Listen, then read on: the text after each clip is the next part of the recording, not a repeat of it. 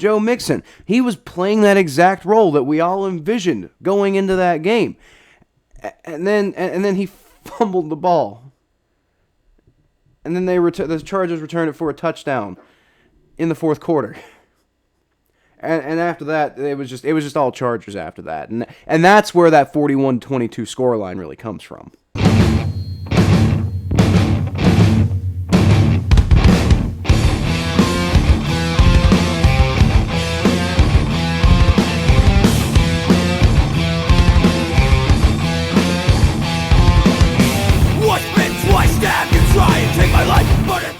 Welcome to the Jungle, Bengals fans.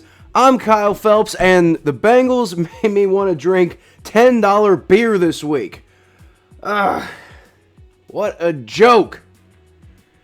But before we get to that, I just want to ask that you guys like the video and subscribe to the channel if you're enjoying the content. It really helps me out, and to be honest, all the positive interaction, it helps me really filter out all the noise, I feel good about the content I'm putting out in general, but I can't lie, when I see you guys enjoying the content that I'm making, it makes me feel like I'm doing something right, and I really do appreciate that. And by the way, for what it's worth, I do hear you guys. If you point out something that you don't like about the content, I listen to that, I take it into account, and I try to do better each time. So I appreciate the good comments, I appreciate the constructive criticism.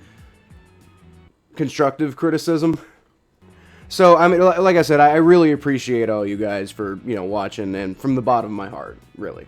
So, this Cincinnati Bengals game, man, it was nuts. It was, being at that game, it was just like, it was this weird mix of emotions, because, that first half was just so grueling. It was tough, but it kind of reminded me of the first half of the Jaguars game, and then they came back and, they came back to win that game, and they almost put that together this week. I know the final score of 41-22 looks bad, but at the end of the day, this game was really a lot closer than that final score indicates. They were right there.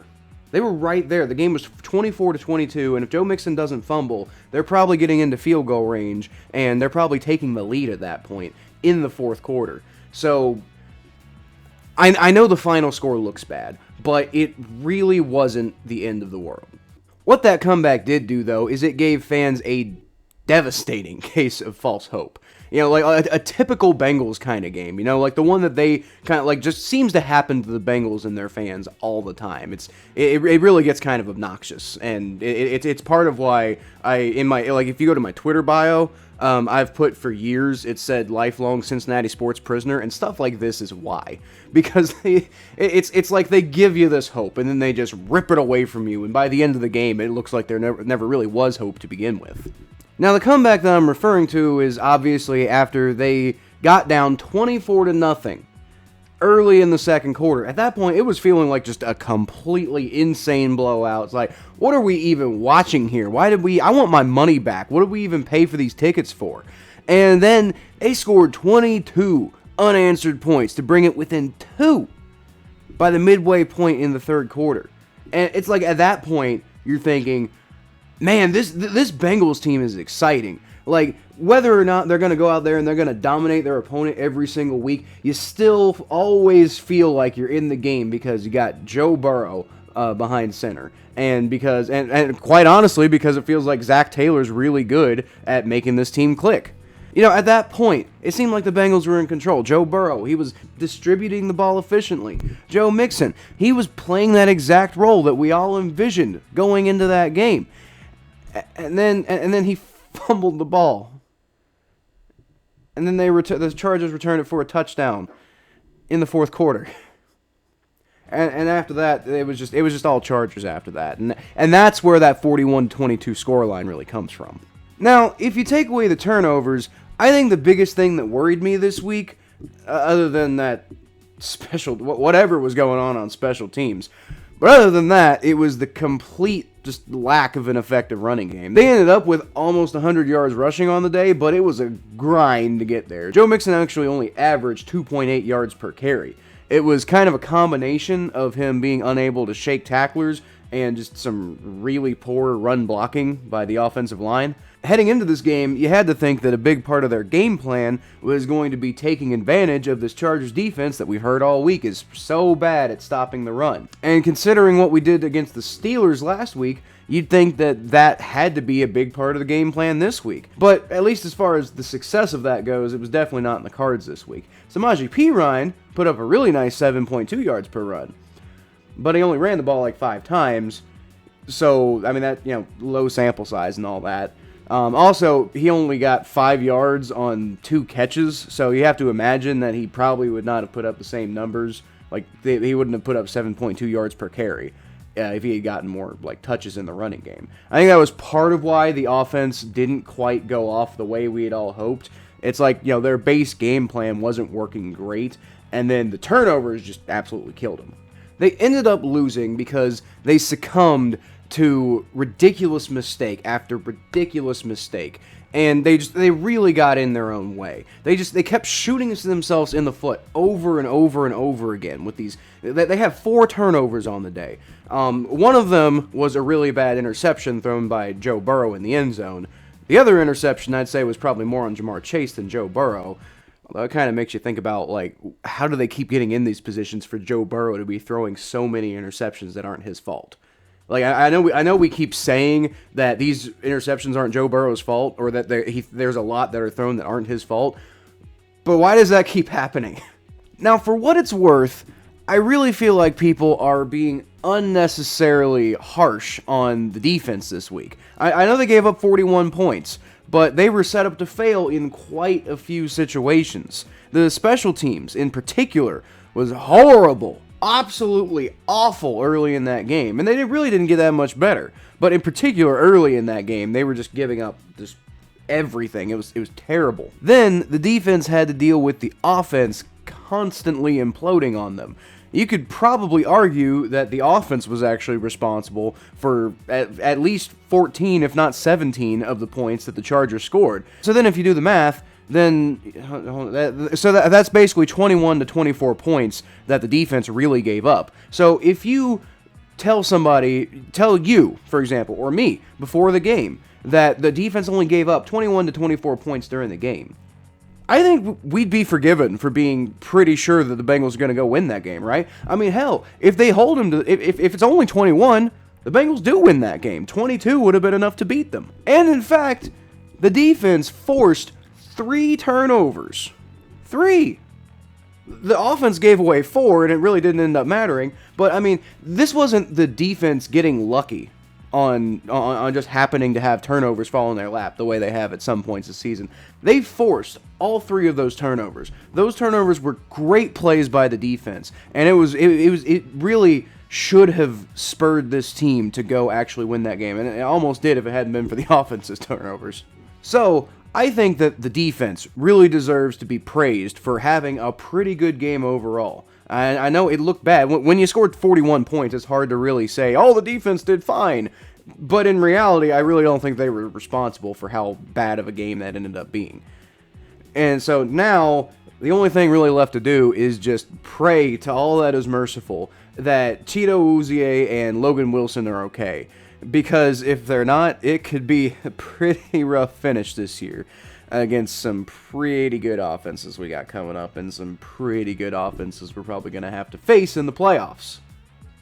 Now, their playoff hopes did take a hit this week, although I disagree with a lot of people. A lot of people are saying that the Bengals' playoff hopes took a big hit this week, and I don't agree with that. They're still in control of the number 7 seed, and then with the Ravens losing to the Steelers in the afternoon slot, then they're still only a game behind the Ravens in the AFC North, with a game left to play against them and a game already on top of them.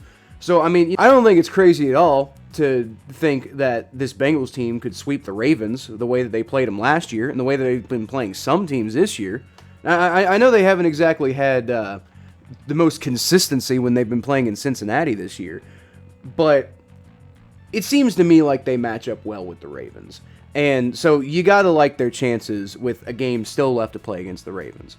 Now, I said they're currently in control of the number 7 seed, but they could be in control of the number 6 seed next week if they beat the 49ers. And I don't see any reason why they couldn't beat the 49ers. I didn't feel like the Bengals were a significantly worse team this week. I think they just shot themselves in the foot over and over again.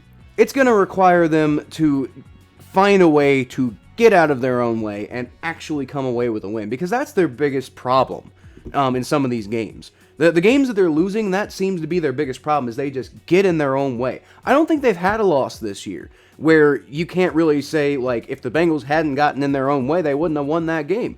Like, look at the Bears game, the 3 interceptions. Trey Hendrickson missing that tackle at the end against Justin Fields. Look at the Browns game, it was the pick 6, and then it was, a couple of mistakes here and there, but it wasn't the Browns being a significantly more talented team than the Cincinnati Bengals. Look at this Chargers game. This game was way closer than it seemed, and if it hadn't been for a few individual miscues, then it would have been a completely different football game. This is not a Cincinnati Bengals team that's ever being outclassed at all this year. It's a few mistakes that I think is really just indicative of them being a really young team, and that's the problem. The way they've been playing the last few weeks, it really feels like the Cincinnati Bengals could get it turned around, get right back on top of this division, and they could maybe even not be the number 4 seed. They could, potentially, like with the way the rest of the AFC is playing, you could potentially see them, get all the way up to, probably not the number 1 seed unless something happens to the Patriots, but you could definitely see them putting something interesting together, at the very least. They still have to play the Chiefs, and it's looking like the Chiefs are getting ready to potentially win their division. And if they can come away with a win against the Chiefs, who are looking extremely mortal, I know they beat the Broncos on Sunday, but they didn't exactly beat the Broncos convincingly on Sunday. So, I don't see any reason why it would be this crazy idea to think the Bengals could beat them. The Chiefs have been scoring under 20 points quite a lot this year. So, I think it'd be a little ridiculous to not think that the Bengals offense can at least outscore that. Hell, look with all the turnovers they had against the Chargers. They still put up 22 points. So tell me what you think, Bengals fans. Are you worried after this loss? Are you just happy that Baltimore also lost? Are you going to spend, the next week or so on playoff simulators frantically trying to figure out what the Bengals' chances are of realistically pulling off their first postseason appearance since Andy Dalton and Marvin Lewis led the team? I know I will. That ESPN playoff simulator is like crack. I also know that I'm not ready to panic after what seems like a terrible loss. I said that after the Jets game, I said that after the Browns game, and I'm saying that after this game. And I also said that after the Bears game, and I said that after the Packers game, but you have to go back to only the Battle. I wasn't doing videos back then. I was just doing the Battle of Ohio podcast back then. But like I said, I want to hear from you guys. I love the interaction. So shout out to Paul G, who commented on my reaction video to the Bengals beating the Steelers, and he said, Bengals stomped Pittsburgh last year with a backup quarterback. Wish we could play Pittsburgh every other week. Mixon is the missing piece. Solid defense and a consistent kicker from outside the 50. I couldn't agree more, my man. This new Bengals team has a bright future ahead. Don't forget about the ass whoopings that we've given teams this year. I know we've had some bad games this year, but don't forget that we laid the wood on the Steelers and the Ravens. Don't forget that by the end of the game, we had kicked the Raiders' butts. And then there was that big win we had in Detroit. I know it's the Lions, and I know it was like only 34-11, but that game could have been like way worse than it was. That game was basically a shutout too. The Lions didn't even score until it was basically garbage time. They got that field goal that Dan Campbell just kicked because he at least wanted to get some points on the board. And then DeAndre Swift got that touchdown at the basically the very end of the game.